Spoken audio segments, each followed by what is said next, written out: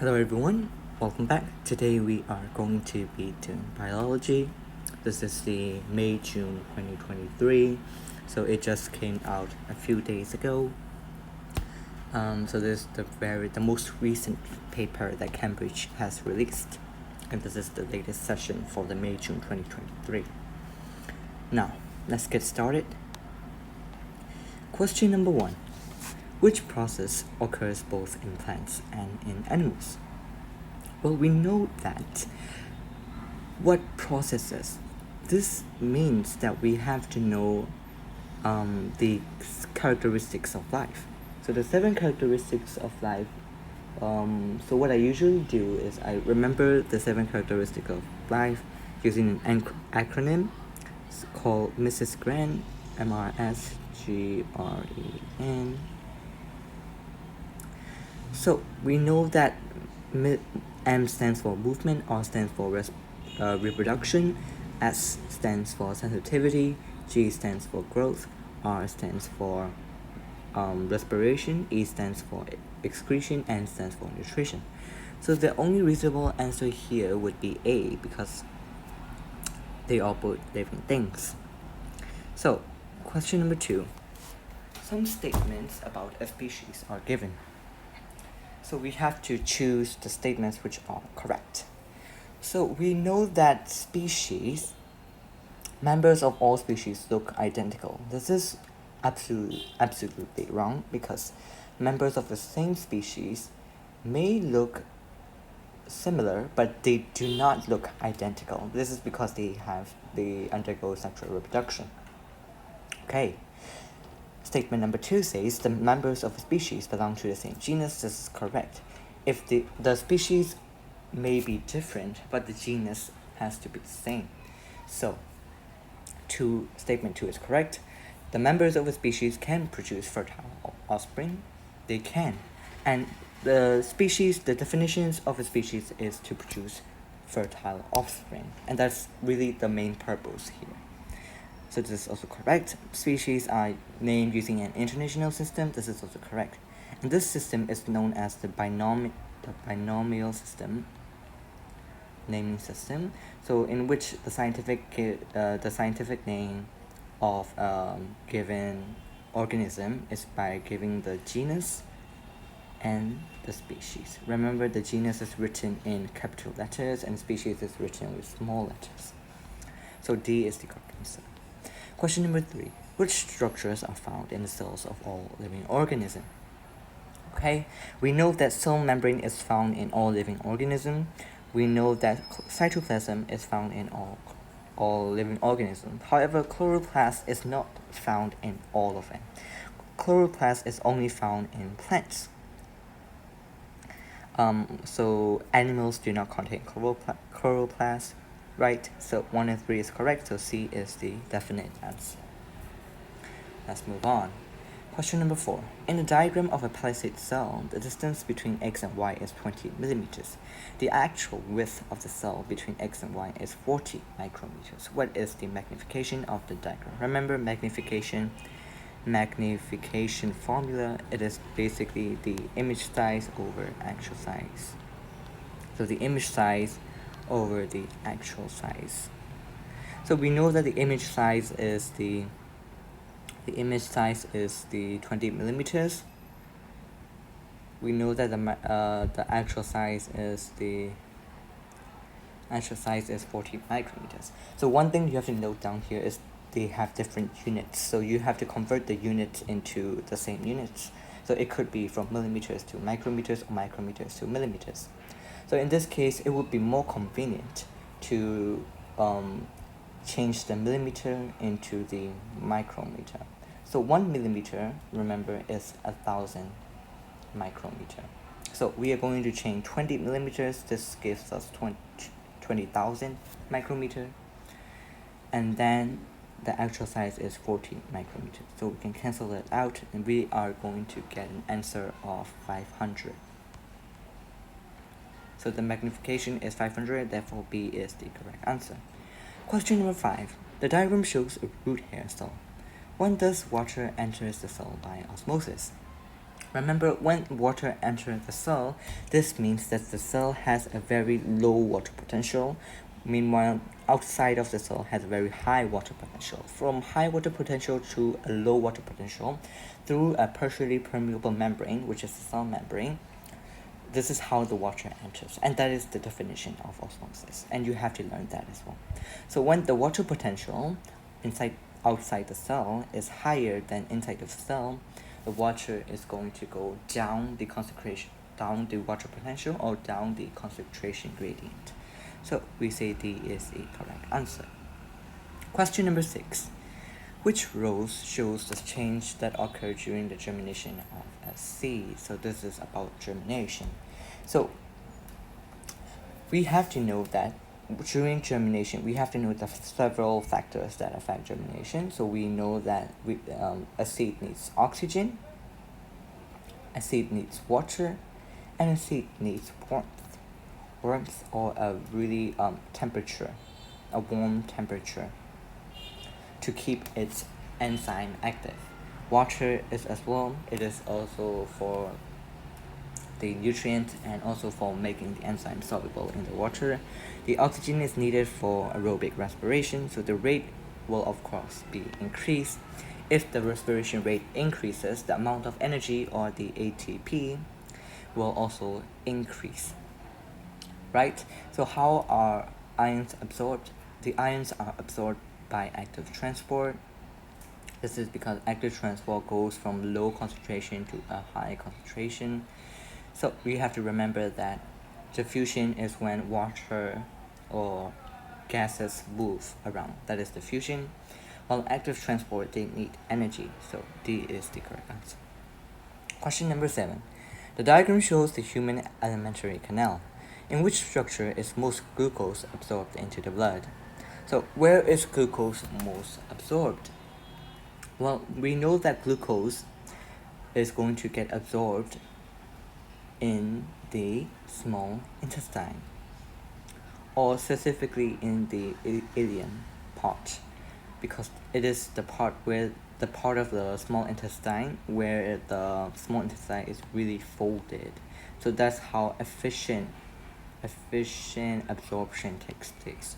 So the absorption of nutrients takes place in the small intestine. Well, if you must know the specifics, it actually takes place on the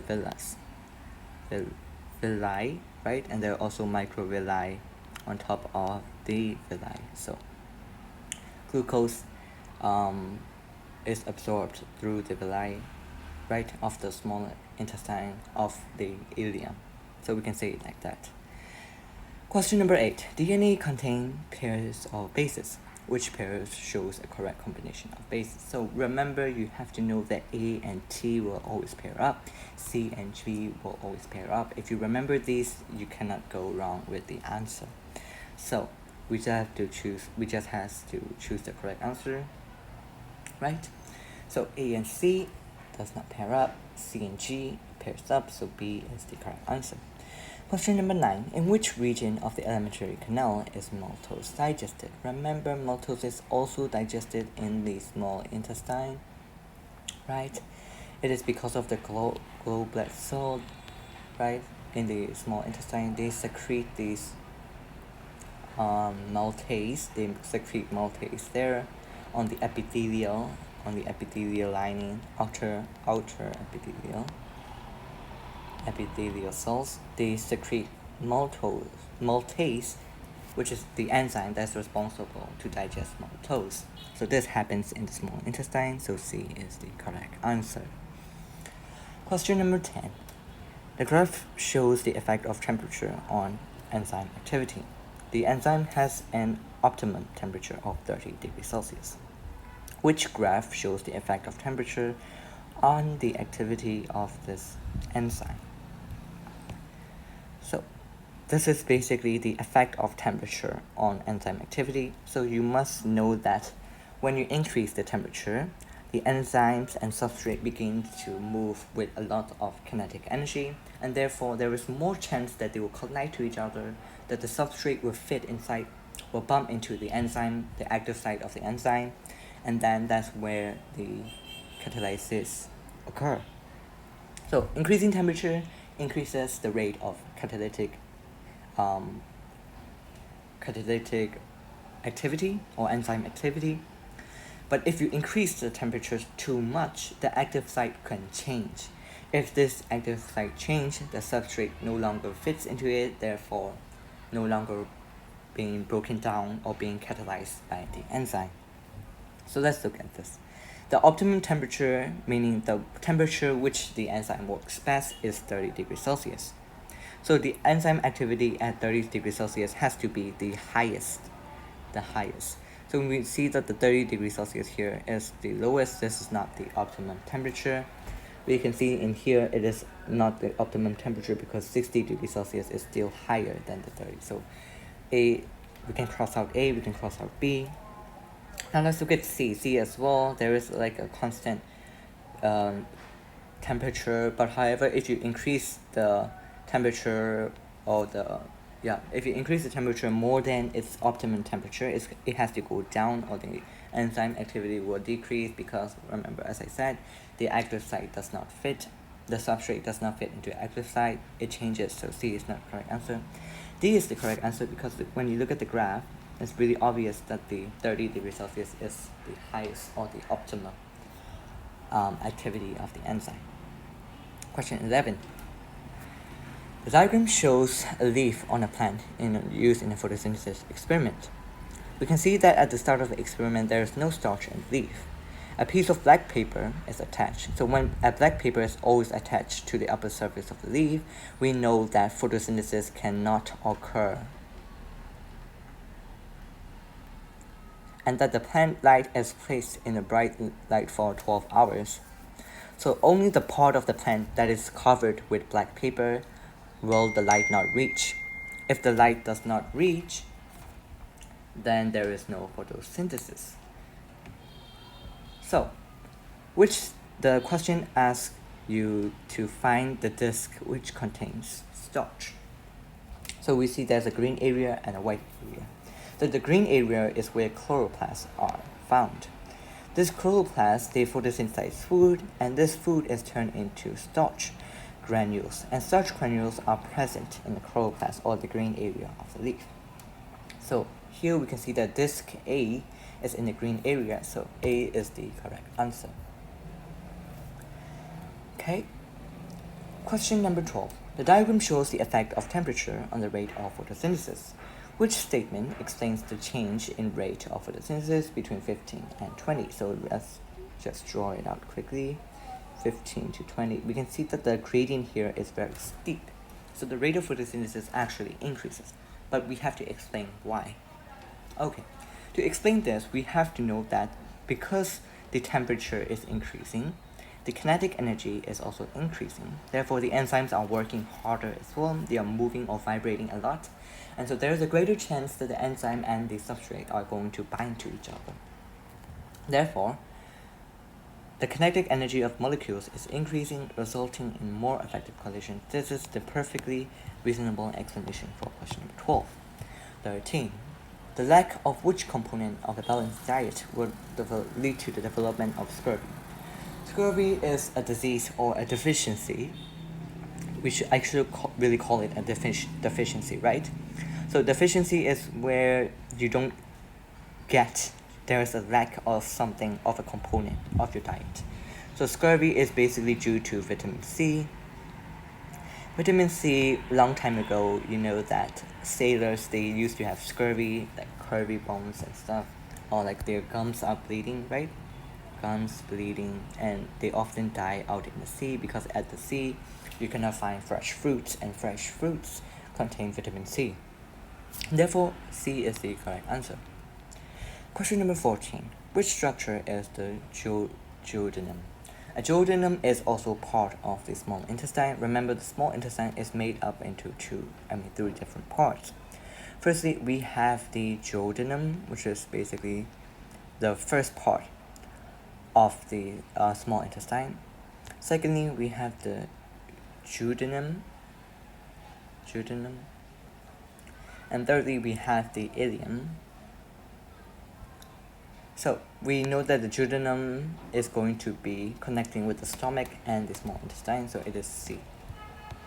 Question number 15. Humidity and wind speed are two factors that affect the rate of transpiration. How do these two factors affect the concentration gradient of the water molecules between the inside of the leaf and the outside atmosphere? Okay, when there's a high humidity, it means there's a high number of water molecule or water vapor in the air. And this lowers the concentration gradient, which means the water is not going to transpire. In other words, it's not going to go outside of the cell because it is really high. The water potential is really high on the outside, on the environment basically. So high wind speed will raise the concentration gradient because, as we know, when you fan over, for example, when you fan over your clothes, right? This is your clothes. When you fan over your clothes, the clothes will dry more quickly. In other words, the water molecules are going to get blown away by the wind speed, and this will leave the area dry, and therefore it raises the concentration gradient, and therefore A is the correct answer. Question number 16. Okay, so we can see that there is a swelling, and there is the epidermis and outer part of the transport tissue. There are two transport tissues that you have to know. It is the phloem and the xylem. The phloem carries sucrose and amino acids. The xylem carries the mineral ions and water. Remember that the phloem is always on the outside. The phloem is always in the outside part, and the xylem is always in the inside. So we can see the swelling occurs on the outer part. So this explains it is the phloem. And so the phloem has been removed, right? There's no phloem in the middle part, causing a buildup of sucrose amino acids. So A is the definite answer here. Question number 17. The diagram shows the human heart. Which label shows the left ventricle? You have to know the chambers of the heart as well. So we know that in biology, always remember your right is your left and your left is your right. So in my left hand, this is the right side. In my right side, it is the left side. So we know that it's the right atrium, right ventricle, left atrium, left ventricle. The left ventricle is going to be the thickest, also the part of the heart where you can find very thick muscles. So B is the correct answer. Question 18. Which row shows the feature of an artery or a vein? For an artery, there are both blood vessels. The diameter of the lumen is basically the small little hole, right? The small little hole diameter, or the lumen of an artery, right, is really, really small. However, in a vein, you can see that the lumen is really wide and large. So we can say that in a vein, the diameter of the lumen is really large. The wall of the vein is really thin, as you can see here. This is the vein, this is the wall of the veins, and it's relatively thin, so C is the correct answer. Question number 19. Cholera bacteria is in the gut causes the secretion of chloride ions, which lead to diarrhea. Which diagram shows the correct movement of chloride ions and water molecules? Okay.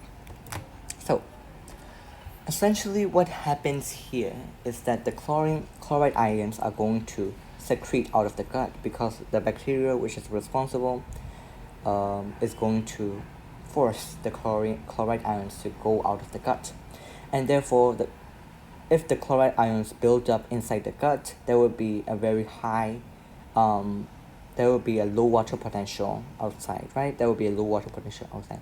This low water potential outside excuse me, this low water potential outside due to the buildup of chloride ions are going to cause the waters from the cells from the small intestine to go out as well, and therefore leading to a very very strong osmotic movement or effect. This causes, in some serious cases, death. This is why you have to rehydrate yourself every time you have this diarrhea. Therefore, B is the reasonable answer. Question number 20. Different stages in the process of expiration are listed. What is the correct order of these stages? Well, we have to learn on the process of expiration and inhalation as well. Inspiration and expiration. Okay. Expiration is basically the breathing out of air, and you have to explain it by the movement of the muscles and everything that's going on. Okay. For this question, we have to know that the diaphragm and external intercostal muscles are going to relax. The diaphragm, when it relaxes, is going to return back to its dome shape structure. So, therefore, what happens? The diaphragm will relax. When the diaphragm relaxes, and when the intercostal muscles, external intercostal muscle relax, we know that the volume of the lungs or the volume of the thorax, same thing, is going to decrease because they relax. So 4, right? 4 is going to be the first one. And secondly, the rib cage will move downwards and inwards. This also decreases the volume of the thorax. So the volume of the thorax decreases and the pressure in the lungs increases. So remember the relation between volume and pressure. When volume increases, pressure decreases. When volume decreases, pressure in the lungs increases. So when the pressure in the lung increases, the pressure in the lungs increases. The pressure on the outside is basically decreased. So it's going to go from higher pressure to lower pressure. So this is why your air gets expired, or basically your air molecules are forced out of your body because of the pressure gradient. So we know that the correct order is 4, 1, 2, and 3. D is the correct answer. Question 21. Which row shows aerobic respiration? Remember, aerobic meaning with oxygen, right? Aerobic respiration. So basically you are going to be reacting glucose with oxygen, and then you're going to get carbon dioxide as your waste product and water. Therefore, D is the correct answer. Question 22. In which organ is lactic acid respired aerobically? As I said, aerobically means with oxygen to remove an oxygen debt. When you do exercise really hard or really hard, it forces your muscles to spend a lot of energy, and sometimes these muscles cannot keep up. If it cannot keep up with the oxygen requirement, you build up an oxygen debt. This oxygen debt is going to get repaid after you finish the exercise by breathing in really deeply and by your heart pumping more blood to the areas of the muscle that are being affected. This lactic acid is going to be removed with aerobically in the liver. Remember, the liver is a really important part of removing lactic acids. So remember that. Question number 23. The diagram shows a cross-section of a kidney. What are the correct names for structure P, Q, and R? Remember, the outer part of the kidneys is called the cortex. The inner part of the kidney, however, is called the medulla. And the P structure is basically the ureter, not to be confused with urethra. The ureter is connected to the kidneys, right? But the urethra is being connected to the ureter, to your excretory parts. So basically, P is going to be ureter, Q is going to be medulla, and R is going to be cortex. So B is the reasonable answer. Question 24. Which statements describe what happens during the transmission of electrical impulse along a reflex arc? Remember, in a reflex arc, the sensory neurons causes the receptor So the relay neuron has receptor proteins which bind with the neurotransmitter molecules. So A is going to be the correct answer.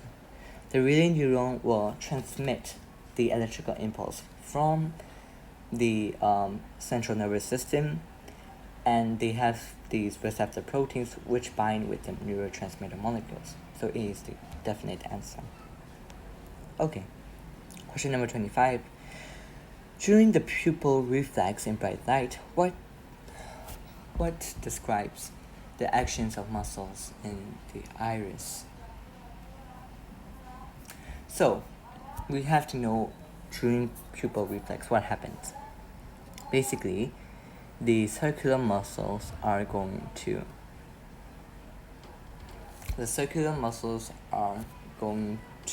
contract. When they contract, they will close the pupil to a very small spot, and the radial muscles are going to relax. So the circular muscles contract, the radial muscles relax.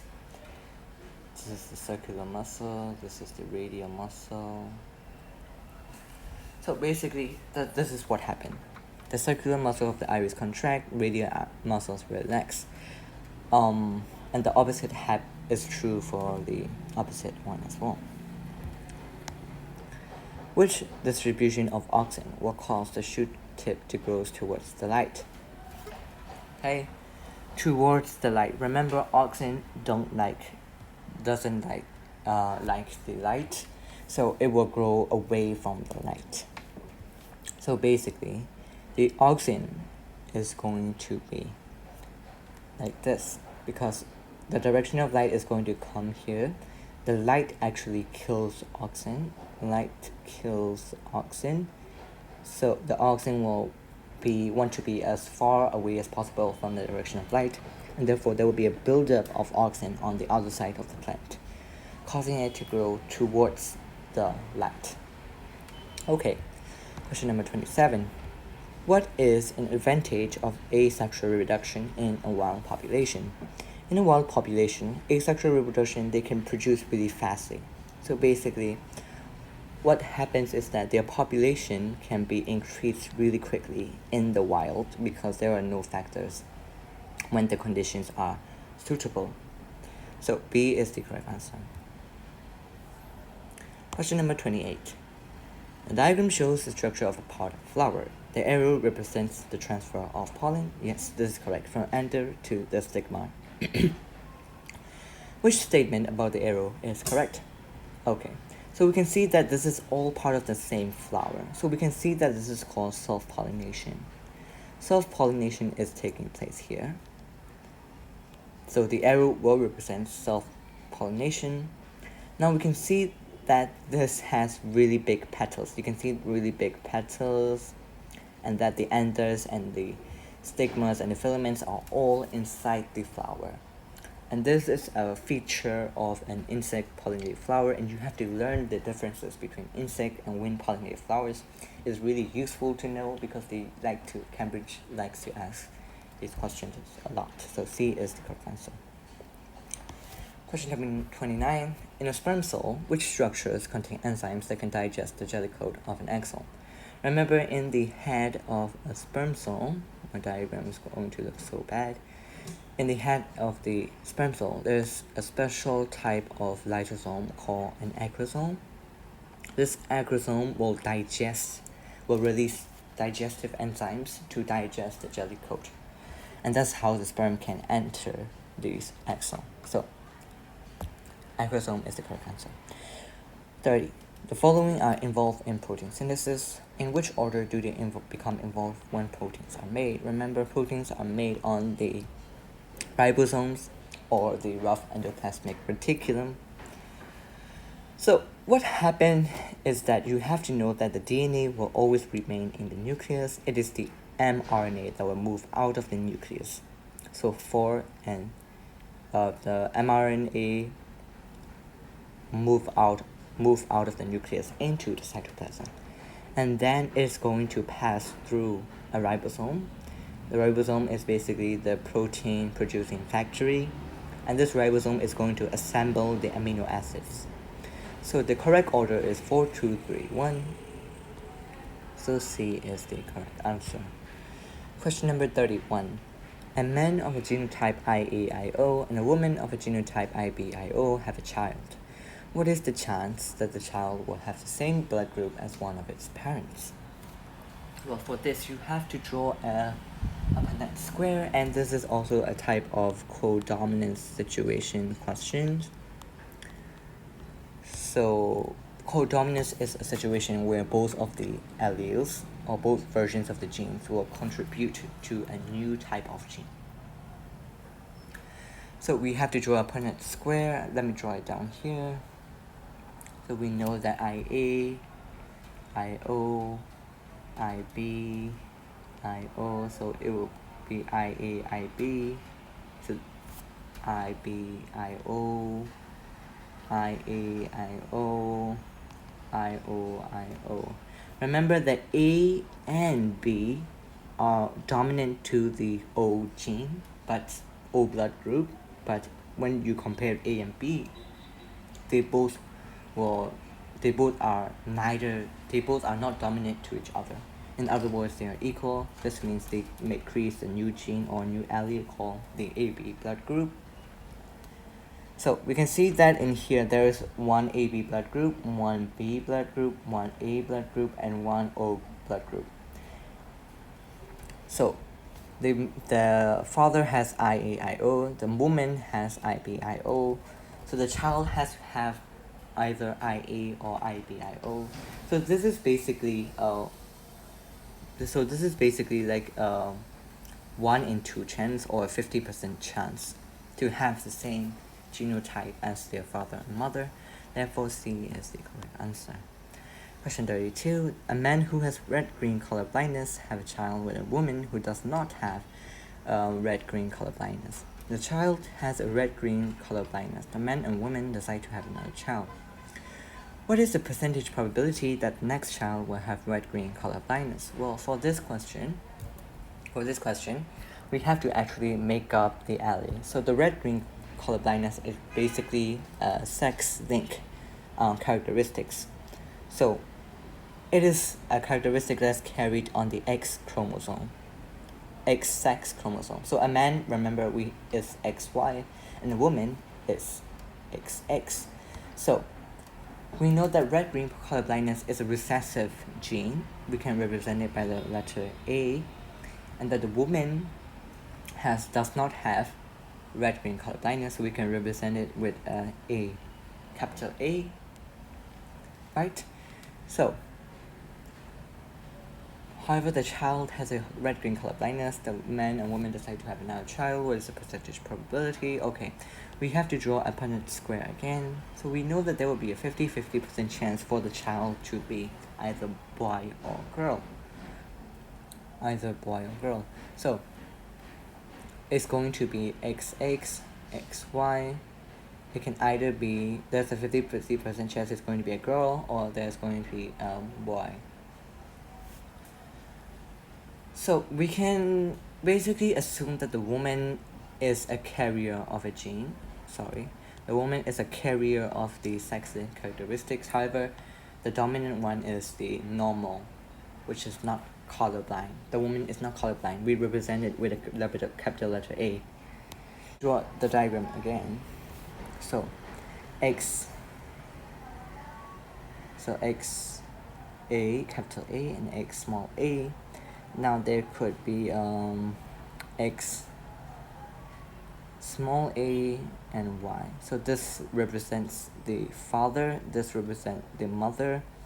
So let's draw it out. XA, one is a carrier. Another one of the girl is going to be recessive as well. It's going to be AA. It could be XA, Y. It also could be XAY. So there's a 50-50% chance that the boy may be colorblind, and the girl also may be colorblind. So we can see that they both have recessive genes, which is the small a. Therefore, 50% is the correct answer. I'm sorry for the really big confusion over there, because these questions are actually really tricky. So Yeah, I hope you get what I mean. Question 33. Which type of variation can be inherited? Well, we know that variation caused by genes are to be inherited, but the variation caused by environment is not a variation that can be passed down generation to generation. Therefore, B is the correct answer. Question 34. Which feature is a leaf adaptation for living in a hot and dry desert? Feature of a leaf adaptation. Well, if a leaf is living in a hot, dry desert, it does not want to lose water inside of them. So they really has a very thick waxy cuticle, but this is thin, so this is the wrong option. It does not have many stomata, because if it has so many stomata, the water vapor can leave through the stomata, and so the plant would essentially die in that desert. So it does not have a large surface area, because if it has a large surface area, again, the water vapor will evaporate, and it will not be able to live. So the only answer is A, hairy, and this helps the water to be kept inside the leaf. 35.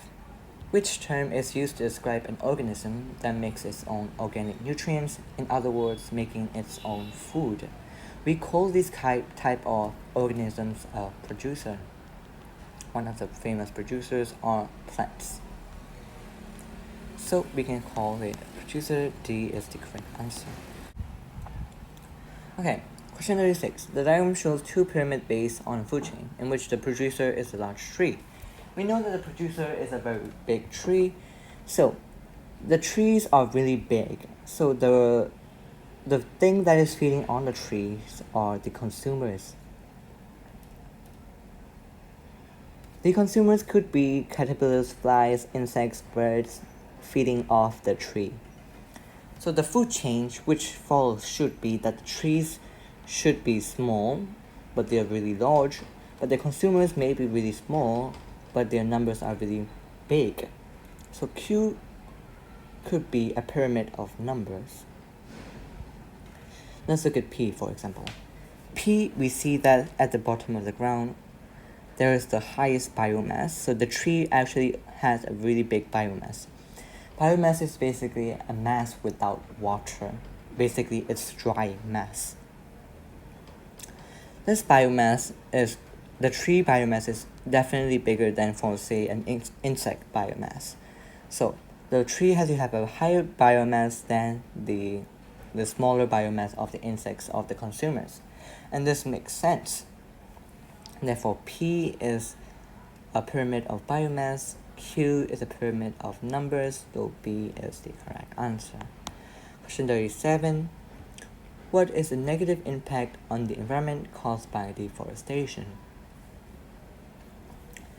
Negative impact, okay. Why do we deforest? Well, this is because to increase the land for livestock protection. This is so that we can build the urban areas, we can build new buildings and stuff, new land, we can create new land. This is why we remove the trees. These are the advantages of deforestation. However, the disadvantages of deforestation is that cutting down trees causes flooding, right? Because the trees' roots help to swallow up the rain, the precipitation of the rain. The rain falls down, it sinks into the soil, the roots are going to absorb it. But when the trees are cut, the roots are not there to absorb the water when it rains, and therefore it can cause flooding in nearby towns and coastal towns and areas. So C is the correct answer. 38. The diagram shows the position of 4 farms and the concentration of nitrate at different points in the river. Which farm is likely to have been using too much fertilizers on its land? Too much fertilizer. We know that too much fertilizer. So we have a very big nitrate concentration at this part of the graph. So it could only mean that this farm A, before it travels, so the directional flow is traveling in this way. So if we can find out nitrate concentration in B really high, then it could have only become from the farm before it, right? The farm before it has the farm before the steep increase in nitrate concentration is responsible for using too much fertilizer, and so the water is going to wash away the fertilizer. It's going to cause an increase in nitrate concentration in this part of the graph. So A is the correct answer. Question 39. The diagram shows a bacterial cell containing a plasmid. Plasmid are basically circular DNA, circular small circular rings of DNA. What is inserted into the plasmid if the cell is used to produce insulin? Now this is something biotechnology. We can actually remove the gene from the plasmid and put a gene of insulin in there so that the bacteria can then help us by producing insulin. So what is inserted into a plasmid? It is a length of DNA from human. And so A is the correct answer. 40. Yeast carry out anaerobic respiration. Anaerobic without oxygen. Oxygen is not there, making carbon dioxide and ethanol as end products. Which end products can be used to make biofuel and bread? To make biofuel, we are going to use ethanol. To make bread, carbon dioxide helps. This gas helps the bread to rise. So C is the correct answer. Okay, we have reached the end of the video. I hope you really understand every single question that I have explained to you. If you have any doubts, please leave them in the comments down below. Or thank you for watching, as always. And you can look at the videos that I will leave in these two areas in the box. You can click on the playlist or watch my latest video. Anyways, good luck to everyone taking the October-November exam. Until I see you again, bye.